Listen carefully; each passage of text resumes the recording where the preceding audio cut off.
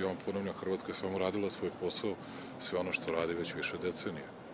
Dakle, od 41. pa nadalje.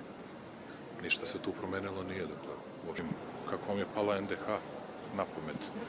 Niste vi ti iz Hrvatske. Ni vi, ni vaše rukovodstvo koji ćete da vodite politiku Republike Srbije.